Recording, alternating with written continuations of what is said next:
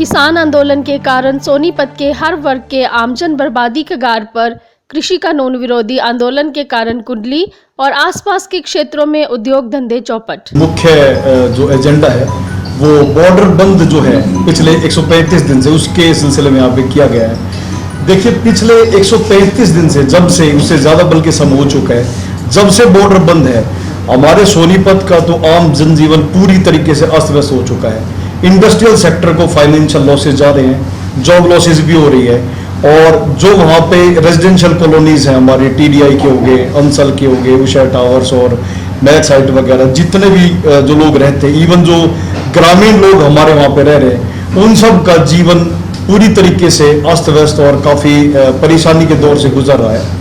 और हमने भी काफ़ी प्रतीक्षा की कि भाई सरकार कुछ इस बारे में एक्शन ले और कहीं ना कहीं आम आदमी की तरफ ध्यान दिया जाए, परंतु इतना समय बीत जाने के बाद भी किसी प्रकार का कोई प्रयास भी नहीं किया गया और लोग इतने पूरी तरीके से परेशान चल रहे हैं। तो ये सबसे एक विडंबना की बात है, और इसी के चलते राष्ट्रवादी परिवर्तन मंच ने ये एक अभियान शुरू किया हुआ है कि भाई कम से कम, और कुछ नहीं तो सोनीपत का जितना भी एरिया है, हमारे आसपास के जितने भी व्यक्ति हैं, इवन जो नरेला का इंडस्ट्रियल एरिया है, आसपास के सारे जो व्यक्ति हैं, जो भी लोग रहते हैं, उनका जनजीवन थोड़ा सा सुचारू रूप से नॉर्मल हो पाए।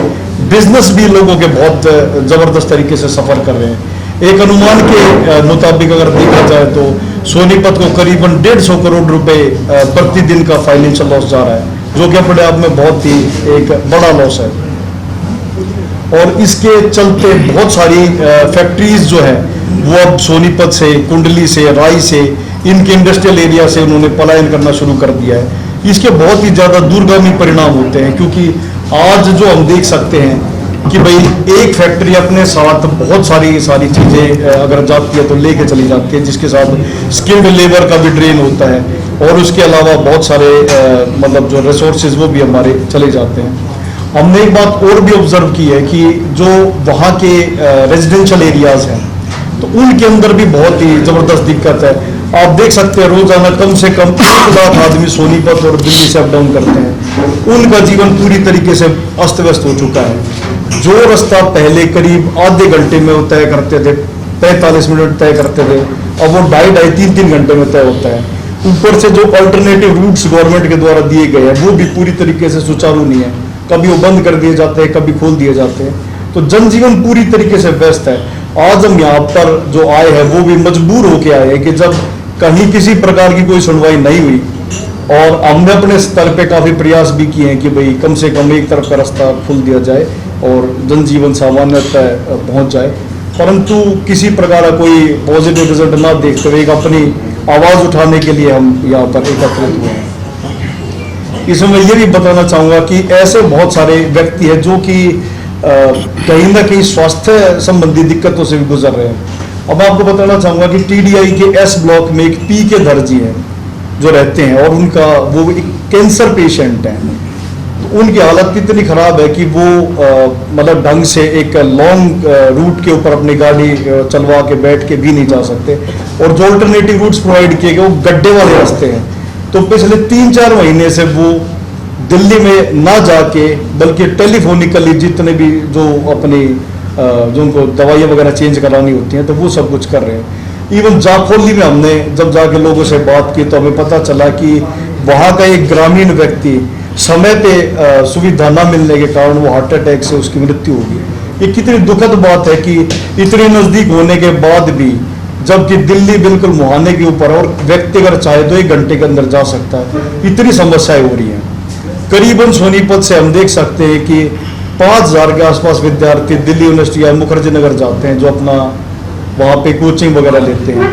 इस बॉर्डर बंद की वजह से उनको भी बहुत दिक्कतें जा रही हैं। अब उनका हमने जैसे देखिए बातचीत करी, लगभग 1/4 रह गया है कि बहुत सारे स्टूडेंट्स, उनका टाइम का भी वेस्ट हो रहा है, उनके एनर्जी का भी वेस्ट हो रहा है, और फाइनेंशियल लॉस भी जा रहा है। तो ओवरऑल हम देख सकते हैं कि कितने तरह की समस्याएं इस बॉर्डर बंद होने की वजह से जा रही हैं। जैसे कि ये समस्या चालू है 135 दिन से, भाई किसानों की अपनी समस्या है, गवर्नमेंट की अपनी समस्या है, हमारी अपनी समस्या है।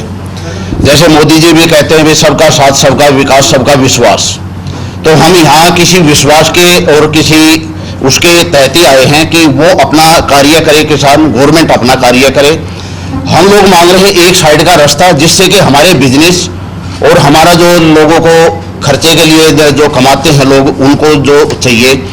ये मैं किंग सबरी रेजिडेंस वेलफेयर एसोसिएशन का प्रधान हूँ, जिसके अंदर 2902 फ्लैट आते हैं। 14,000 के करीब वहाँ पे जो है ना लोग रहते हैं। 90% आबादी वहाँ पे जितनी है वो इंडस्ट्रीज में, कश्मीरी गेट में, चांदनी चौक में उधर जाने वाले हैं, जिनका सबका जो है ना बुरा हाल हो चुका है। मैं सबसे ज़्यादा अपनी बीती हुई बात बताऊंगा। मेरा जो है ना मेन बॉर्डर के ऊपर जहाँ पे मेन इन लोगों का धरना है, वहाँ पे मेरी शॉप है। 50,000 रुपये मैं रेंट दे रहा हूँ। 3 बंदे हैं, 36,000 रुपये उनको सैलरी जा रही है। पिछले 4 महीने से 86,000 रुपया पर मंथ जो है ना मैं अपने घर से पे कर रहा हूँ। ना किराएदार किराया छोड़ने को तैयार है। लड़कों को बोलते हैं, वो कहते हैं जी हम कहाँ जाएं, इससे बढ़िया हम आत्महत्या कर ले, क्योंकि इंडस्ट्रियल एरिया भी नौकरी नहीं दे रहा, हम भी निकाल दें, वो लोग भी नहीं आ रहे।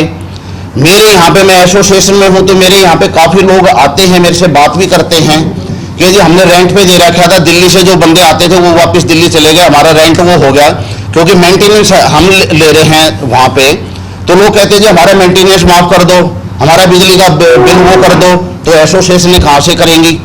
तो मेरी तो विनती जो है ना गवर्नमेंट से यही है कि हमें एक साइड का रास्ता दे दे। हमें किसानों से कोई वो दिक्कत नहीं है, किसान अपनी मांगे माने, वो किसानों का काम है। गवर्नमेंट ने क्या देना है वो गवर्नमेंट का काम है।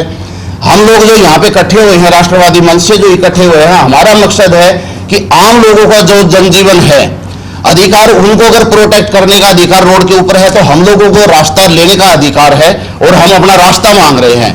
हमें किसी प्रोटेक्ट से कोई वो नहीं है। गवर्नमेंट का क्या है, गवर्नमेंट से हमें कोई दिक्कत नहीं है। हमें एक साइड का रोड क्लियर करके दिया जाए,